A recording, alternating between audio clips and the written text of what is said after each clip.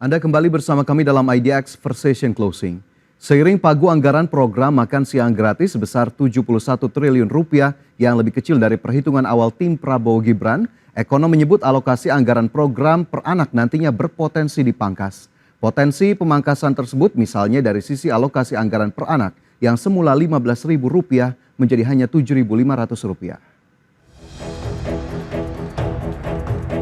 Program makan siang gratis atau makan bergizi untuk anak sekolah dipastikan mulai dijalankan pada tahun 2025.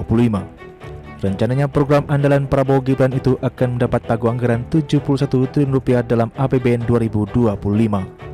Pagu anggaran itu sebenarnya lebih kecil dari angka perhitungan tim pakar Prabowo Gibran yang berkisar Rp100 triliun hingga Rp120 triliun. Oleh karenanya terdapat kabar yang menyebutkan bahwa pemerintahan Prabowo Gibran akan menyesuaikan angka alokasi anggaran program makan bergizi bagi setiap anak.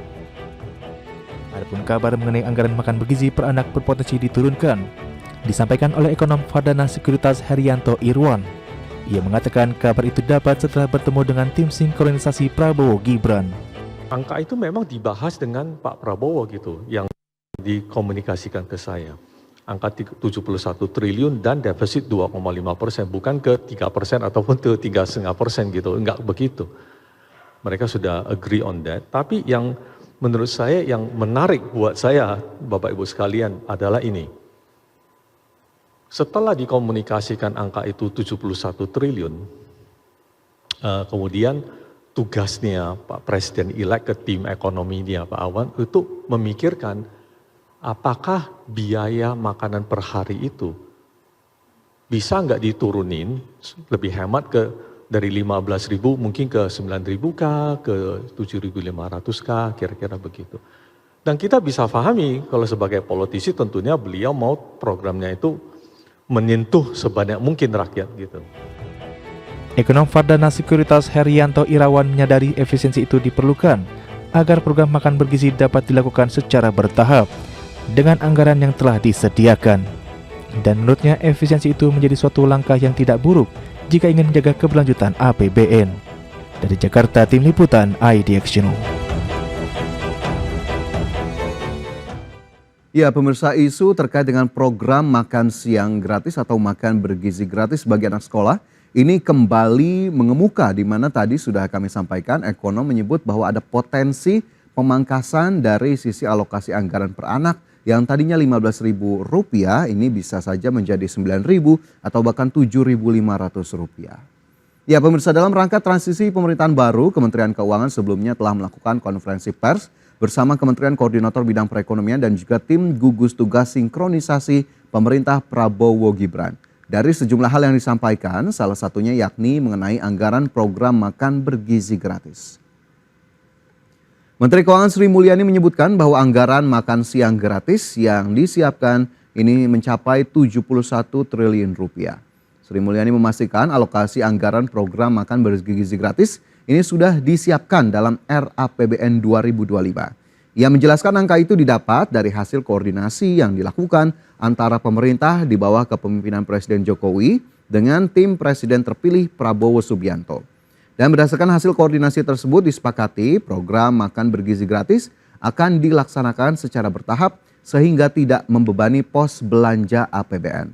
Sementara itu anggota Dewan Pakar Tim Kampanye Nasional Prabowo Gibran Budiman Sujatmiko ini menjelaskan bahwa pihaknya sudah melakukan hitung-hitungan penyediaan makan dengan gizi yang berkualitas. Ini ternyata tidak sampai Rp15.000 per porsi. Dengan catatan sumber penyediaan bahan pangan harus mengutamakan produksi dari desa-desa sesuai basis pertanian ataupun peternakan dan juga perikanan.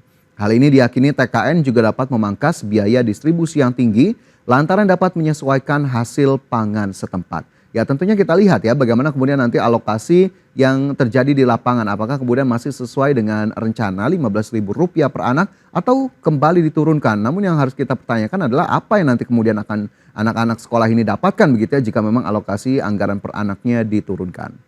Ya, selanjutnya pemirsa masih seputar program makan siang gratis di mana Menko Erlangga Hartarto ini menyatakan implementasi anggaran untuk program tersebut ternyata bersifat fleksibel. Dan untuk lebih jelas berikut kita simak informasi selengkapnya. Menteri Koordinator Bidang Perekonomian Erlangga Hartarto merespon soal isu anggaran makan bergizi gratis per anak yang bakal dipangkas dari yang semula Rp15.000 menjadi Rp9.000 bahkan sampai Rp7.500.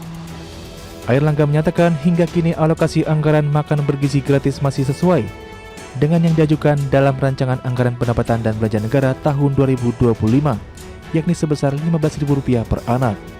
Meski demikian, implementasinya disebut akan bersifat fleksibel. Adapun sebelumnya, Ekonom Darfada Sekuritas Herianto Irawan mengaku sudah bertemu dengan tim gugus tugas sinkronisasi Prabowo Gibran. Pada pertemuan tersebut diketahui tim Prabowo tengah mengkaji soal penurunan biaya makan bergizi menjadi Rp7.500 hingga Rp9.000 per anak. Herianto mengatakan sebagai politikus Prabowo tentu ingin agar programnya menyentuh sebanyak mungkin masyarakat.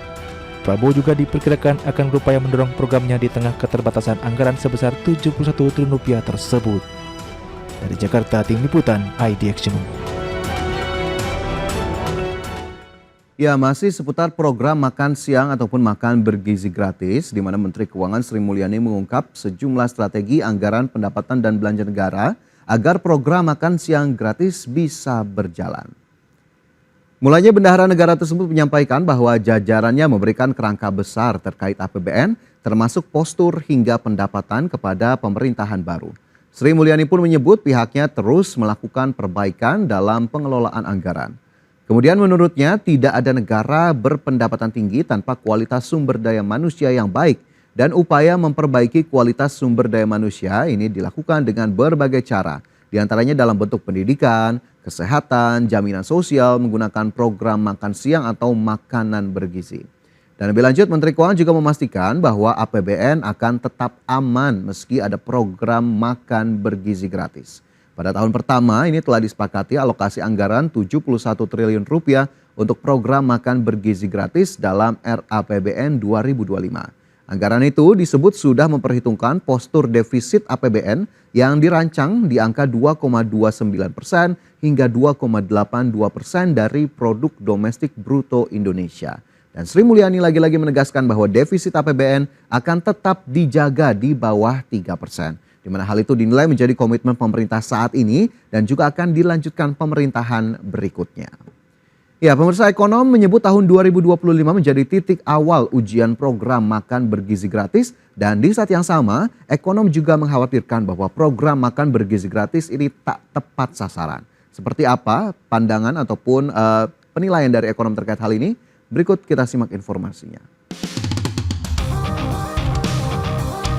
Ekonom senior Indef Tauhid Ahmad menilai tahun 2025 akan jadi tahun uji coba yang memberikan gambaran awal soal keberhasilan program makan bergizi gratis ke depannya.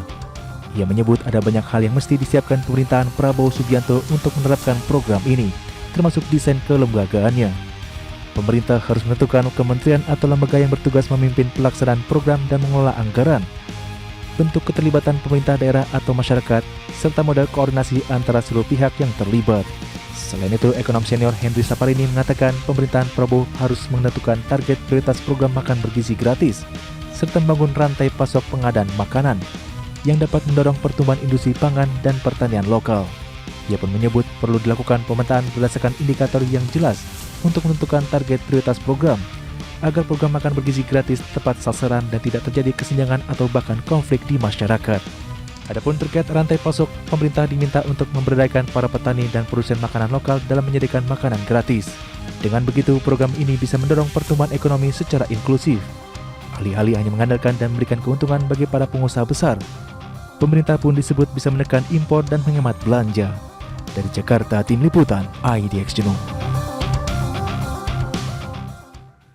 Ya, program makan siang ataupun makan bergizi gratis dari pemerintahan baru yang nanti akan dipimpin oleh Prabowo Subianto ini juga turut mendapat sorotan, salah satunya dari Bank Dunia.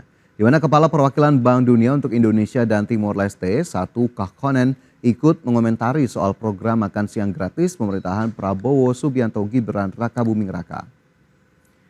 Ya, Kahkonen menyatakan bahwa pemerintah Indonesia perlu mewaspadai untuk batas defisit anggaran fiskal dari anggaran pendapatan dan belanja negara jika program tersebut dilaksanakan. Ia pun menjelaskan jangan sampai defisit fiskal tersebut melebihi dari ketentuan undang-undang yang telah ditentukan, yakni sebesar 3% dari produk domestik bruto Indonesia, tentunya demi mempertahankan stabilitas makroekonomi dan juga stabilitas fiskal. Selain itu sebelumnya dalam laporan bertajuk Unleashing Indonesia's Business Potential, Bank Dunia menyatakan program makan siang yang telah dirasakan oleh 418 juta anak di berbagai belahan dunia ini sebenarnya tidak didesain untuk mengatasi masalah stunting. Pasalnya program itu tidak dibuat dengan menyasar individu di 1000 hari pertama kehidupan.